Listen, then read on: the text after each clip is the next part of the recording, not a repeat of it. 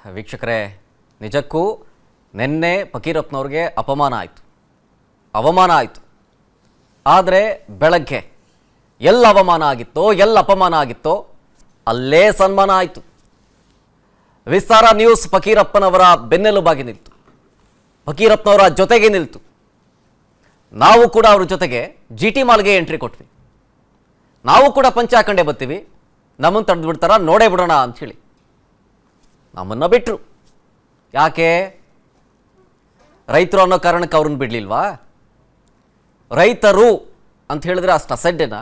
ಬೇಕಾಗಿಲ್ವಾ ನಿಮಗೆ?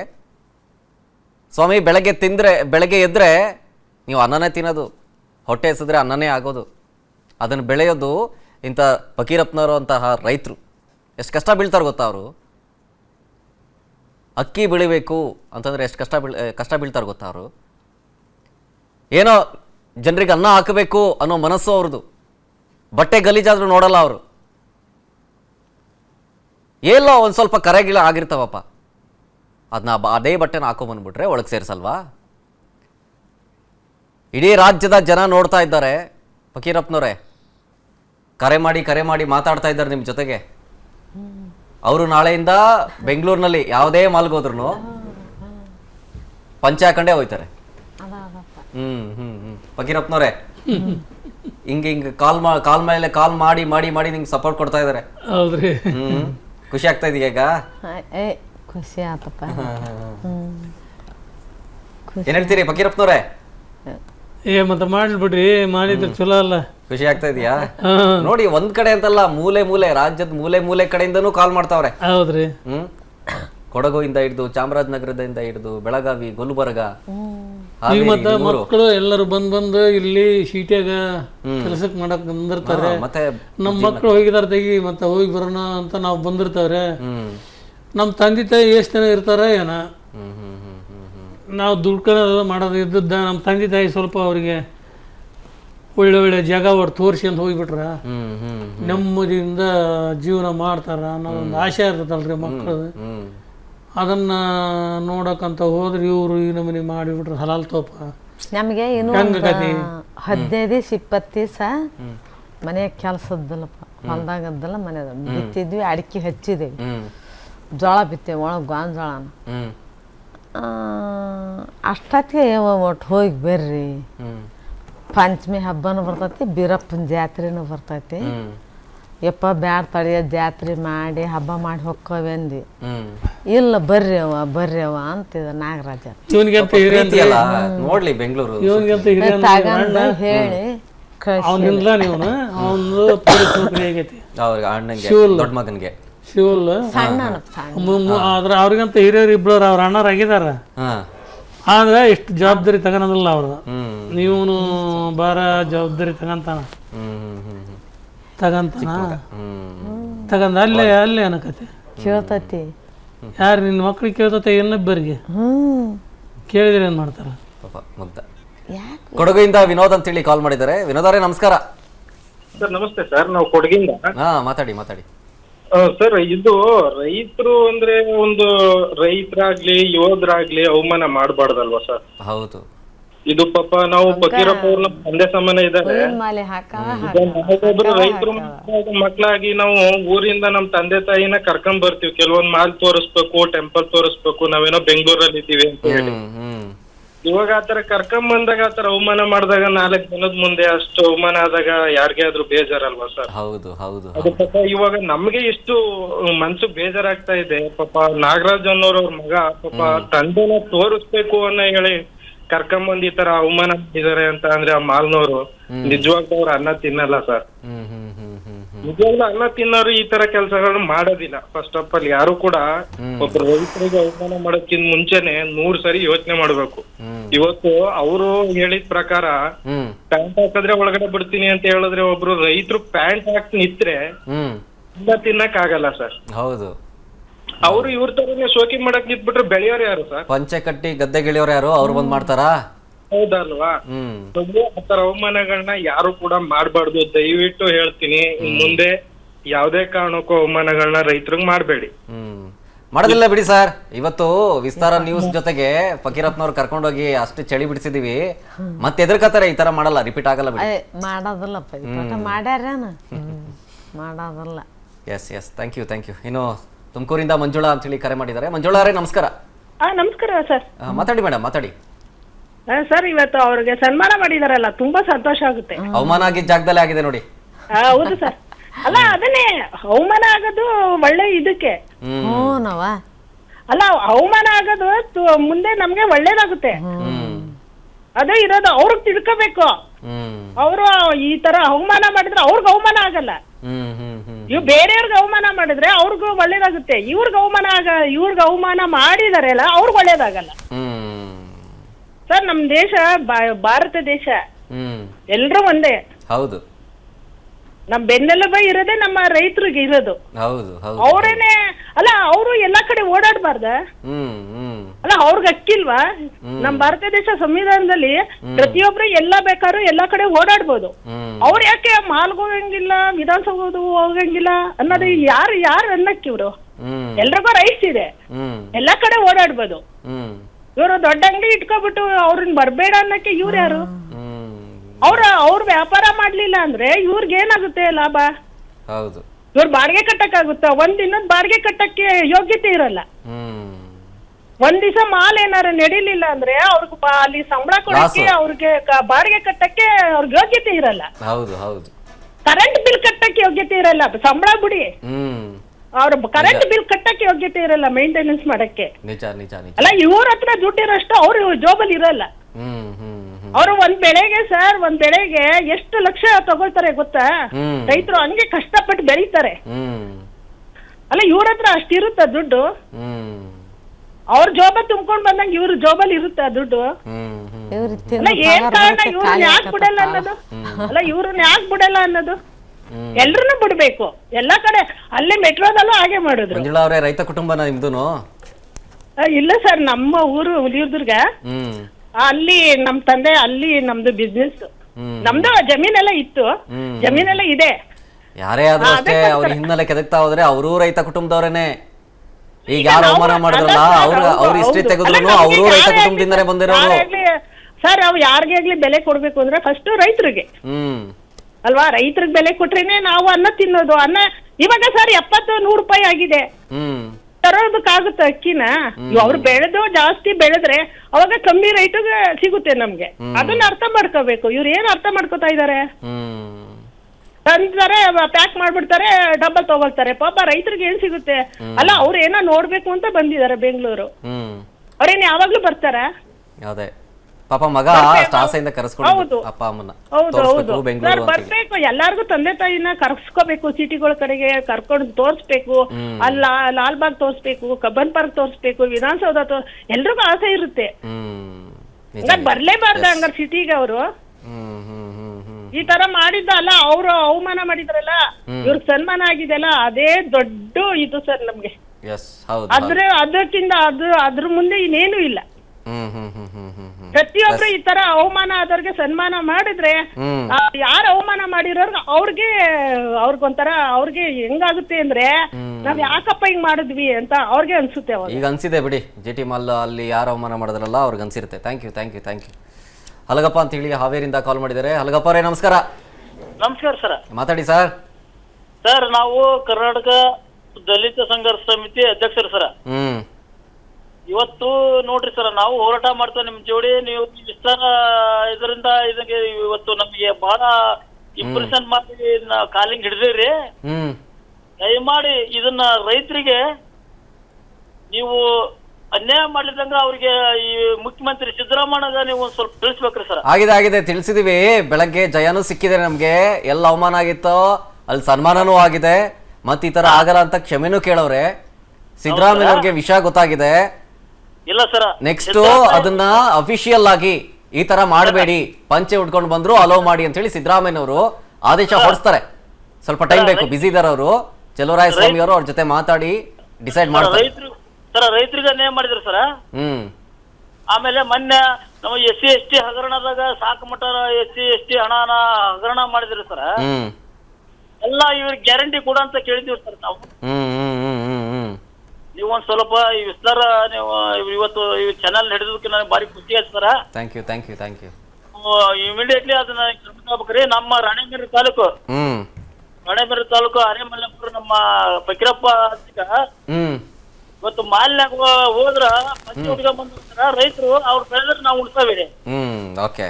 ಅವ್ರು ಬೆಳೆಲಿದ್ರೆ ನಾವ್ ಏನ್ ಊಟ ಮಾಡ್ತೇವೆ ಸರ? ನಿಜ ನಿಜ ನಿಜ ನಿಜ. ಅದಕ್ಕೆ ಸರ ನಮ್ಮ ರೈತರಿಗೆ ಅನ್ಯಾಯ ಆಗ್ಬಾರ್ದು. ನಾವು ಅವರು ಮಾಲೀಕನ ಒಂದೇ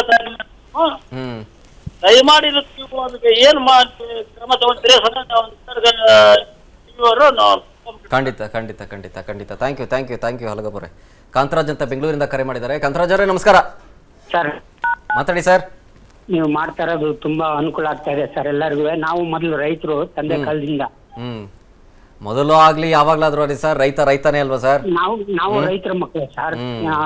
ಭೂಮಿ ಇಲ್ಲ ಅಂದ್ರೆ ರೈತ ಅನ್ನೋದು ಮರೆಯಕ್ಕಾಗಲ್ಲ. ನಿಜ ನಿಜ ನಿಜ ಸರ್. ಸ್ವಲ್ಪ ಏನೋ ಪಂಚೆ ಹಳೆ ಬಟ್ಟೆ ಅನ್ನೋದಕ್ಕೆ ಇಷ್ಟೊಂದು ಸಿಟಿಯವ್ರು ಮಾಡ್ತಾರಲ್ಲ, ಇವರು ರೈತರಿಂದನೇ ಬದುಕೋದು ಅನ್ನ ತಿನ್ನೋದು ಅಂತಾನು ಮರ್ತು ಬಿಡ್ತಾರಲ್ಲ ಸರ್. ನೆನ್ಪಿಸಿದ್ವಲ್ಲ ಈಗ ನೋಡಿ, ಬೆಳಗಿಂದ ನೋಡಿ ಹೊಟ್ಟೆ ಉರಿಯುತ್ತೆ ಅಪ್ಪನ್ನ.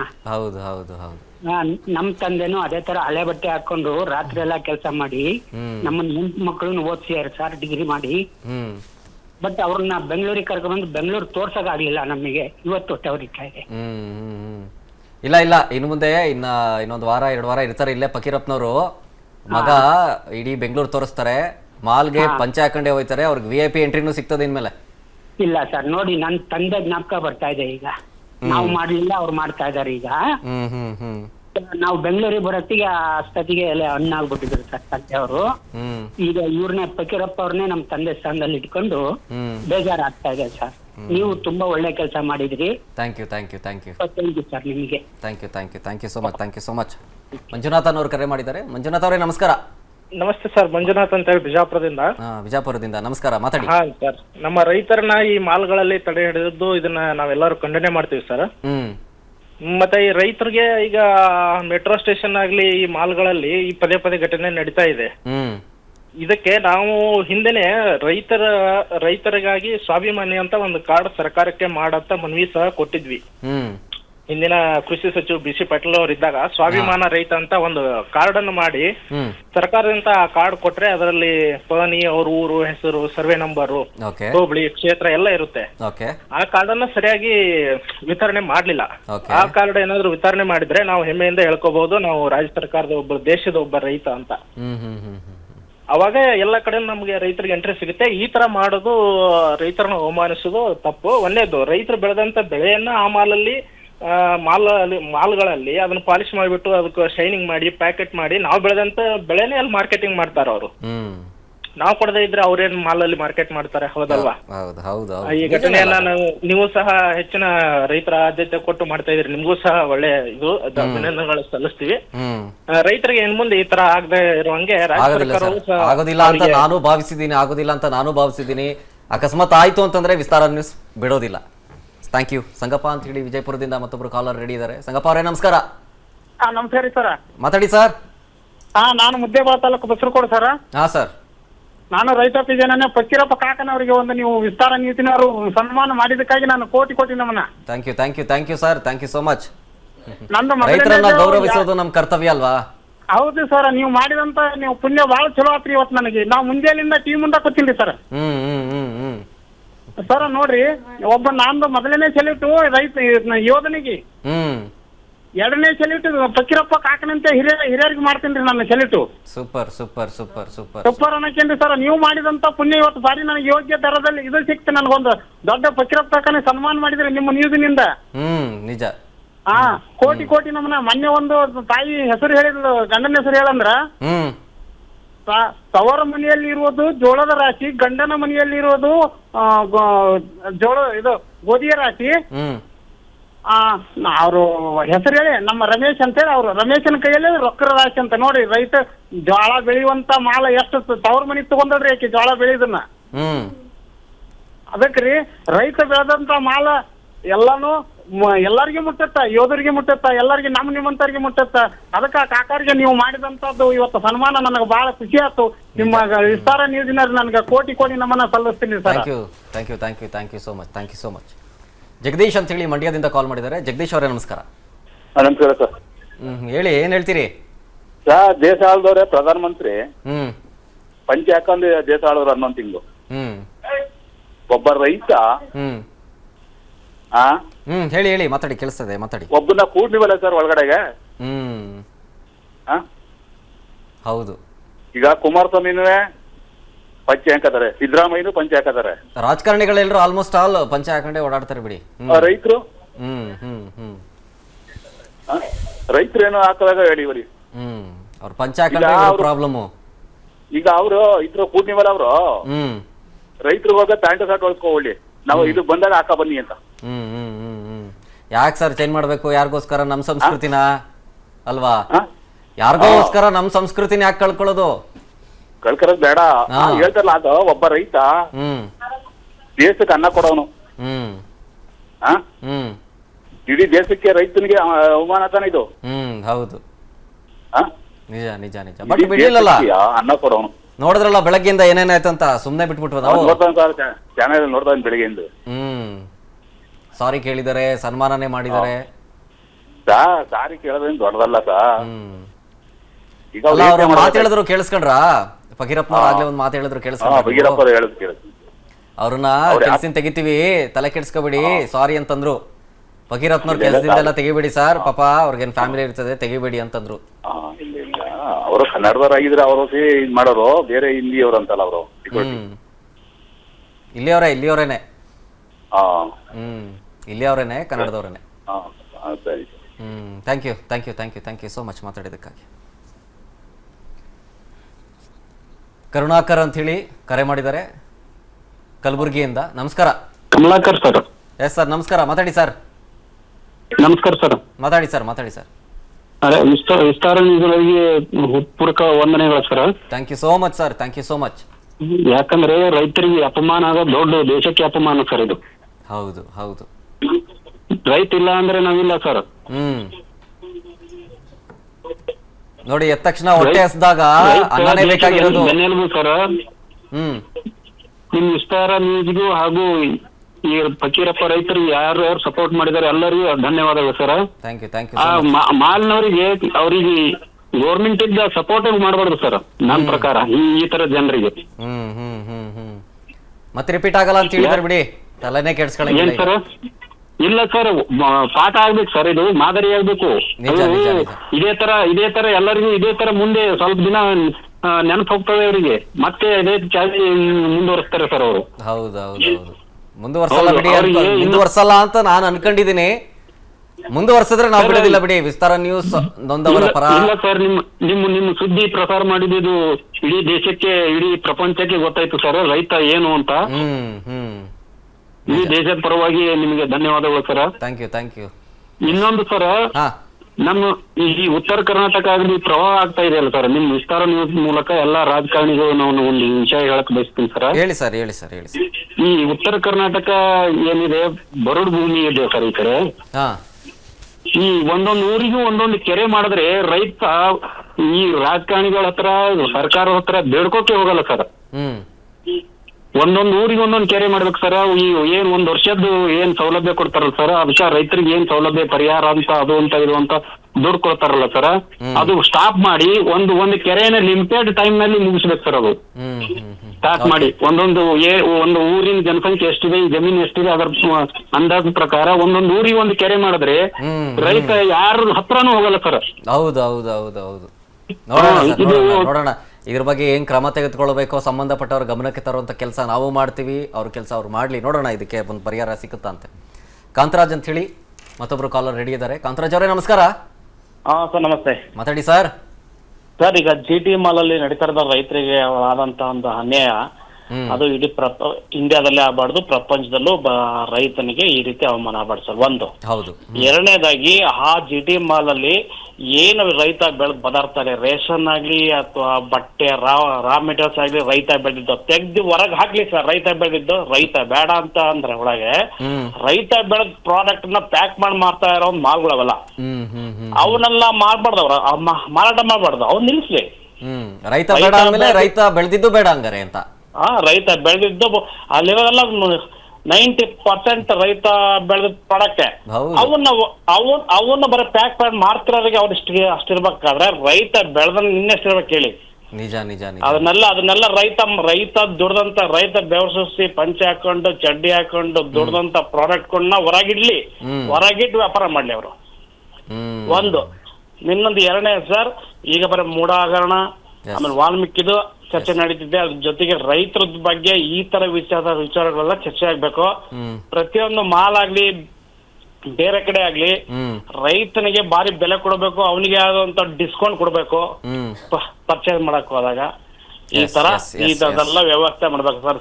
ಅಲ್ಲಿ ಮಾಲಲ್ಲಿ ಬೇಜಾರಾದ್ರೆ ಟೀ ಕೂಡ ಹೋಗ್ತಾರೆ. ಆ ಟೀಗೆ ಹಾಲಾಗ್ಲಿ ಸಕ್ಕರೆ ಆಗ್ಲಿ ಬೆಳಗ್ಗೆ ರೈತ 6 ಗಂಟೆಗೆ ಎದ್ದ ಅಂದ್ರೆ ಪಂಚೆ ಹಾಕೊಂಡು ಚಡ್ಡಿ ಹಾಕೊಂಡು ಸಗಣಿ ಗಾಂಧಿದೆಲ್ಲ ಹಾಲು ಕರೆದು ಡೈರಿ ಹಾಕಿ ಇವ್ರ ಸ್ಟೈಲ್ ಹೋಗಿ ಮಾಲಲ್ಲಿ ಕೆಲಸ ಮಾಡ್ತಾರೆ. ಬೇಜಾದ್ರೆ ಟೀ ಕುಡಿತಾರೆ, ಊಟ ಮಾಡ್ತಾರೆ. ಒಳ್ಳೊಳ್ಳೆ ಧಾನ್ಯಗಳು, ಆಹಾರ ಧಾನ್ಯಗಳನ್ನ ಎಲ್ಲ ರೈತ ಬೆಳಿತಾನೆ.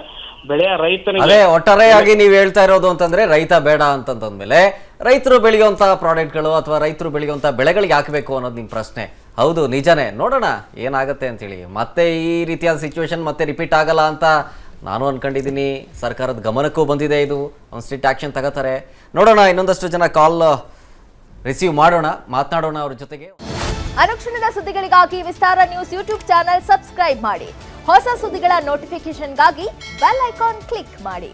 ಲೇಟೆಸ್ಟ್ ಅಪ್ಡೇಟ್ಸ್ಗಾಗಿ www.vistaranews.com ವೆಬ್ಸೈಟ್ಗೆ ವಿಸಿಟ್ ಮಾಡಿ. ಅಂಗೈಯಲ್ಲೇ ಜಗತ್ತಿನ ಸುದ್ದಿ ತಿಳಿಯಲು ವಿಸ್ತಾರ ನ್ಯೂಸ್ ಕನ್ನಡ ಆಪ್ ಡೌನ್ಲೋಡ್ ಮಾಡಿ.